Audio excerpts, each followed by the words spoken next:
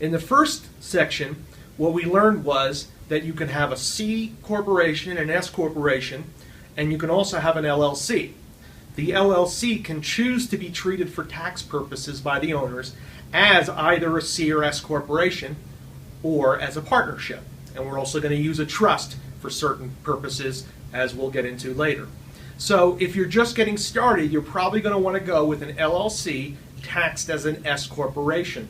In addition, if you're going to buy and hold rental properties, as you'll discover, the LLC taxed as a partnership may be the way to go. Let's take a look at it and break it down. Now, let's look at things like income and expenses in real estate, so you have an understanding of why we recommend certain entities for certain types of business in the real estate business. Now, basically, there's two types of income that you would earn in real estate. One would be active, and one would be passive. So, if you're earning the income from a passive source, such as rental properties, or you lend money and you could collect interest on a note, that's in the category of passive. So that is treated differently for tax purposes than income which is active, or also known as ordinary, also known as earned. So isn't rental income earned? Not really. It's considered investment income. It's a different nature than income earned over here, which is active, ordinary, or earned. And similar activity that you might be doing now to earn this type of income would be if you have a W-2 from an employer, or you're a 1099 employer, or you're self-employed filing on a Schedule C. That's all in this active, ordinary, earned.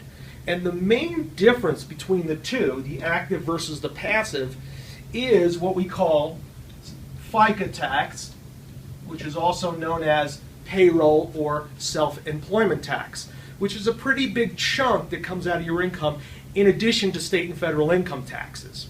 And Obamacare tax, don't forget about that. That applies to everything too if you're making enough. So we want to try to avoid the FICA tax the best we can on our income, because we don't want that nanny system where the government takes money away from you because they think you're too dumb to handle it on your own, and maybe someday you'll get it back. If you're lucky, you'll get all of it. More likely you're going to get some of it, maybe even none of it. So we're going to try to avoid paying that FICA tax if we don't have to.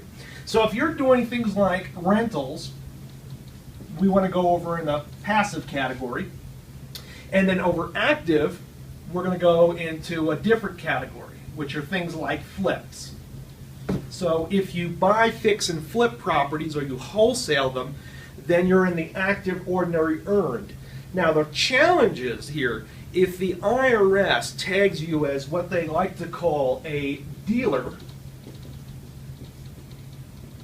a real estate dealer is someone who buys properties with the intention of reselling. And in many of our cases, that's exactly what we do. But if they tag you as that, they're going to want to put all of that income into this category, active, and charge you FICA tax on all of it. And we don't want it on this portion of the income. So what we have to do is segregate the income into two different entities so we don't get that problem coming back to haunt us. Now, in terms of expenses, on the other hand, there are certain expenses you can take against passive income, and there are certain expenses you can take against active or ordinary income. And we want to preserve those the best we can as well, and understand that there are certain types of entities where we can expense things and other types of entities where you cannot.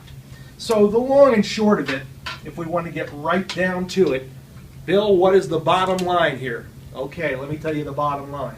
If you're doing this type of activity, you want to use an LLC as S Corp. And if you're doing rentals and other stuff like that, you want to go with an LLC as a partnership. And that will allow you to get the maximum benefits.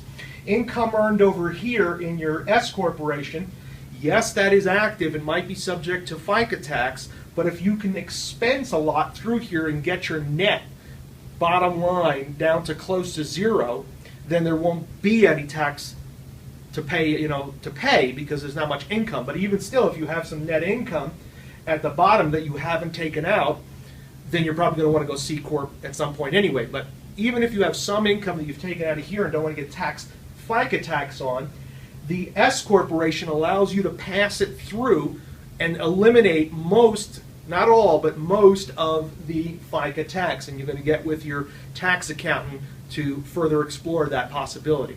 We don't want to put this activity over here because we're going to lose those expenses and we're going to pay FICA tax. So we keep them separate. Passive, rentals and stuff, in an LLC filing as a partnership.